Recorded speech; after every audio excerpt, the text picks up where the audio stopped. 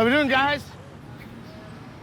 So we told Matt we were just gonna start setting up some shots, and he just went and started doing it himself. We were doing a video shoot. I want these other cars in. Do me a favor. Yeah. You got anything going on? We need to get things rolling early. We should have all these doors up, though. Hey, guys, can I get all these bay doors all the way up? Really a sense of urgency and getting things going for the day. Not halfway, not 3/4, but all the way, please. And get these cars in. I need to shop with cars in it, please. Yeah, we need to fix these floors. This needs to be patched up. We're gonna get that done. You gonna wait and take it up? You can get to the store and fix that? Yeah, put some screws in it? Are you the kind of guy that, like, if it can be done now, it should be done now? Oh, yeah, absolutely. All right. This place looks amazing, though, man. You guys did such a great job. All right, have a good day, guys.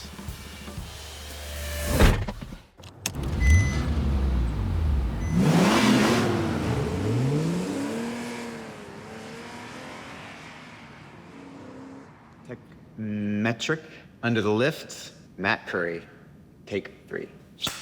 Take 3. Awesome. I want to start at the beginning.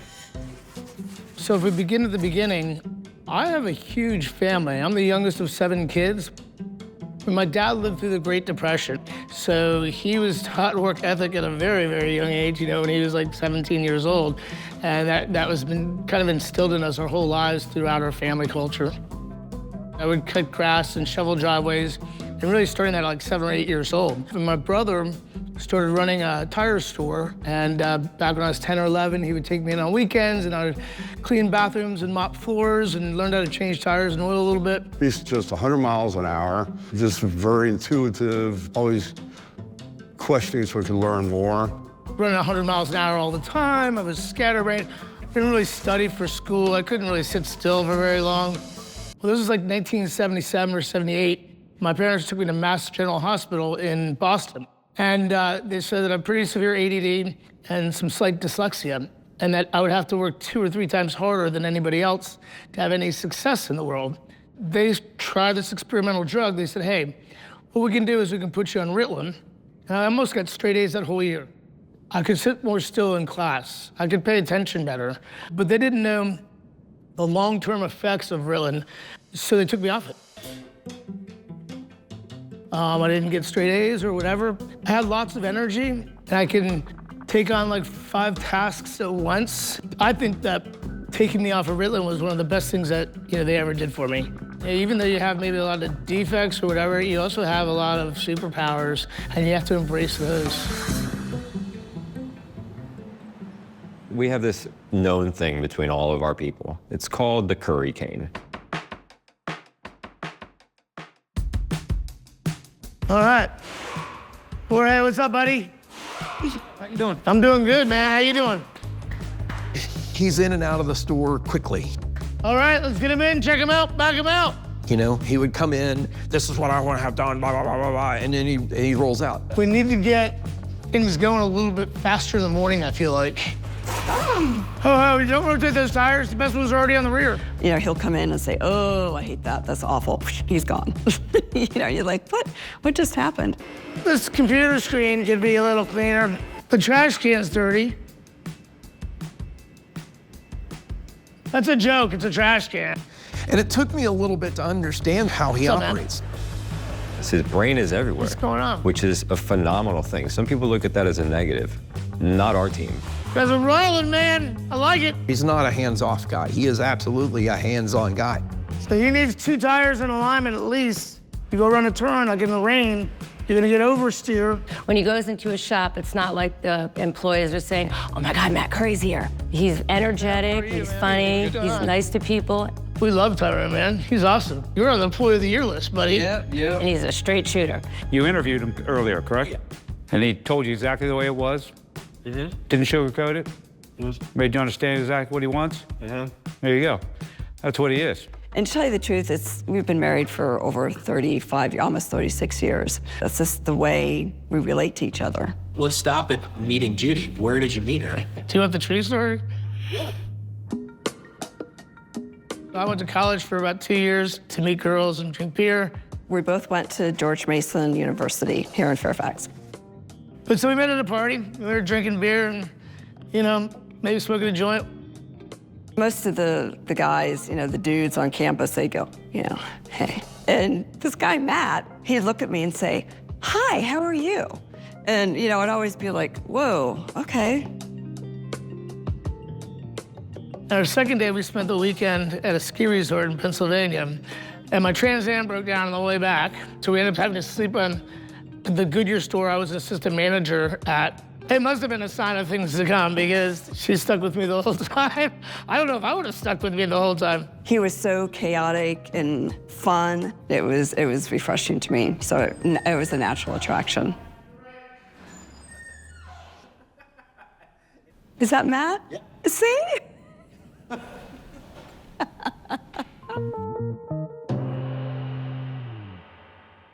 I'm a pretty good leader, and I'm probably not a really good follower, and I'm a little bit of a rebel. So I think I've always kind of said, you know, it'd be best to work for myself. When we started our first location back in 1998, the location was a disaster.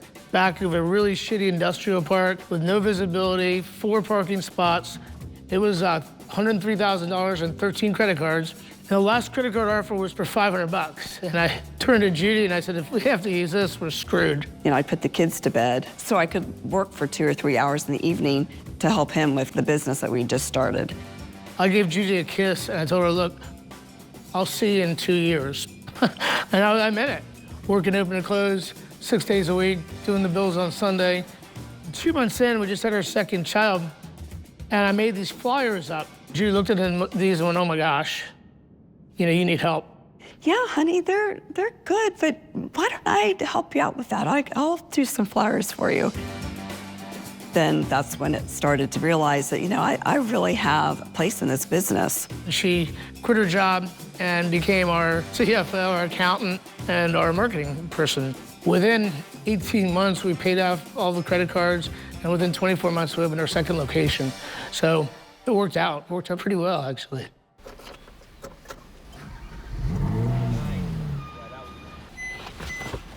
So we're gonna roll the windows up.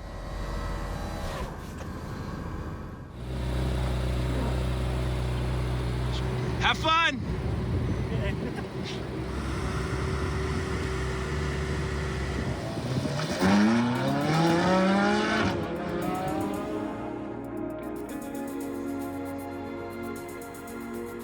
You always want to be pushing the boundaries, right, and everything.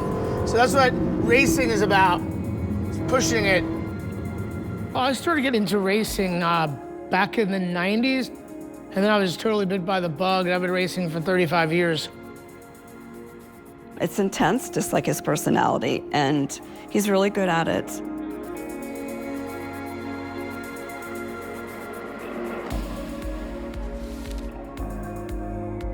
When you're racing and endurance racing, it's not just about you. You know, it's about your entire crew, your entire team. I'm really good at putting teams together and inspiring people and leading people into battle. For the first year or so that he was running it, I would come out there and help him with problem cars. And it was about a year or so later, he called me up, said he wanted to bring me on. I started out as a tire changer, so about 18 years ago. I was blown away with his passion and wanting to win. He says, I expect excellence. And I said, hey, Matt, do you need my uniform size now or when I get there? At store 4 is when I felt like we are doing something right and we're gonna make it. Over the next 13, 14 years, stores kept getting bigger and we started doing more and more sales. And we went on to open 6 more stores, voted the #1 auto repair shop in North America by Motor Age magazine. When I'm racing, the world is a simpler place. The only reason why you race is to win. The company was very strong at 10 locations at the time, and things were super bright and awesome. Judy and I had been working so hard and for so long. It was a drill, you know, just constant. And it wears you down. I was trying to figure out how much money I needed to retire on. I mean, we had an offer when we had 5 stores. Matt set 10 locations as the goal. I would go to my stores, I had people there, I had store managers running it, and service managers running them. And then, you know, we had another offer. And then I sold and retired when I was 47 years old, and that was probably the worst decision I ever made. You ready? Do you want to play? Do you want to play frisbee? Do you want to play frisbee? Do you? Good girl. Yeah, there she is. A couple hours old. Evelyn Rose Curry. She is so cute. Yeah. When was she born? Yesterday. Yeah, yesterday. She's like an hour, 2 hours old in that photo. Okay, so the entire time that we've been shooting, they have been having their first grandbaby and going back and forth from the hospital. This is what we always do. Their ability to multitask is unbelievable. The dog wants to play frisbee bad. The day we signed the company over, I mean, I basically gave him the keys. We had a big dinner, a family dinner, steaks on the grill. We just had a phenomenal time. Once he announced that he was going to sell, he gave all of his employees money. You know, it was a big thank you.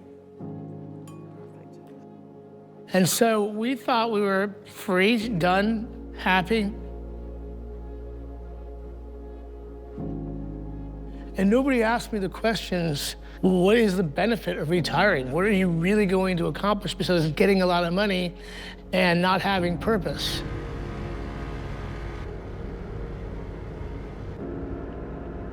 You know, it was just all of a sudden, it was just us. When I sold Curry's Auto Service to a private equity, it had my last name, my family name on it, and they destroyed it. We had so many awesome employees, and within 6 months, at least half the employees left. Within 12 months, there was only one guy left. Seeing my baby destroyed and seeing the people, the great people that worked there, leaving to go somewhere else, there are things that are way more important than money to me, for sure. It was so hard, man. He was restless, very restless. It was time to find something else. And I think we both realized that. So Judy and I were sitting there, it's probably a little over 3 years in, and I got a phone call from an old broker I dealt with, and he said, Matt, I got this shop in Alexandria, and the guy's not paying rent. I was all for it. I was like, you go, let's do it. I'm behind you 200%. So I ended up calling Vernon. I'm like, Vernon, what are you doing, man? Watching TV, just kind of relaxing around. And I'm like, let's do it again. Within seconds, I get a phone call. It's Matt Curry. And he's like, Andrew, I'm coming back. I was like, oh, hell yeah. When you say go, I'm gone. He called the store that I was working. He called the store's landline, and he's like, what are you doing? You know, I can't, you know I have a cell phone. He was always like, hey, you know, there's always an opening for you at the shop, and decided that would be the next step for my career. When we sold and retired, we couldn't use our name ever again. We have technicians, but they're craftsmen. So it's now Craftsman Auto Care, but we were able to put Matt Curry's Craftsman Auto Care.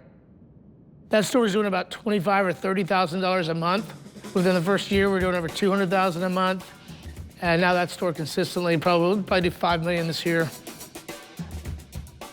But what we did is the same thing we always did. Inspecting every car properly and being transparent and honest with our customers and doing quality work. It all comes down to that. But technology can make things happen instantly. We have 8 stores now. We'll probably do double what Curry's was doing with 10 stores. Be nice, be honest, and do good work. And you'll be successful. We've been opening up stores left and right. We're getting and retaining employees like we've never seen before. We have some of the best culture I've ever seen, even better than it was at Curry's Auto Service. I think our passion and our care that we take towards our customers and our employees is second to none. They really care for their employees. That's the #1 thing. The main purpose is to provide amazing jobs for amazing people so that we can make more for their families so that they can improve everyone's lives around them. We have a bigger and higher mission. Having people to care about brings a lot of purpose in your life. I'll never retire again. ADD is like my nitro fuel. I think you're born to race, especially if you're an entrepreneur. But life's not a sprint race, right? It's an endurance race. What does it feel like to race? Oh, man.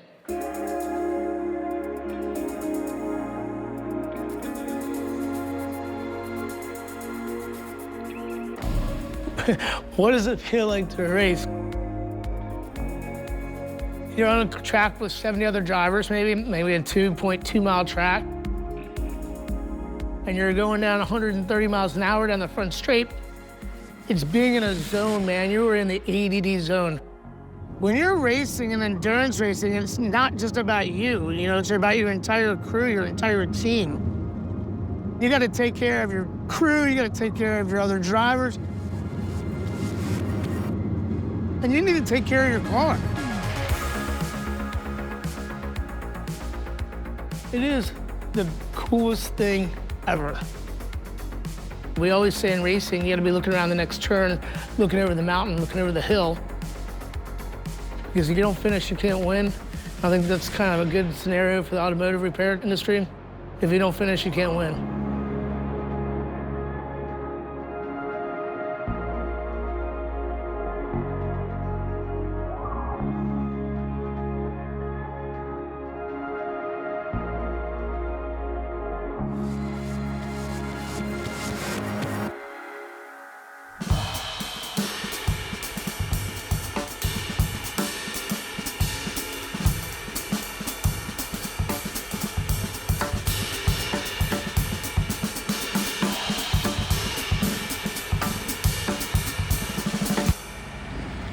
Oh, here he comes. The fastest 30 minutes of a camera guy's life. How fast did you guys go? We got up to about 100. Okay, hey man, how was that? I feared for my life.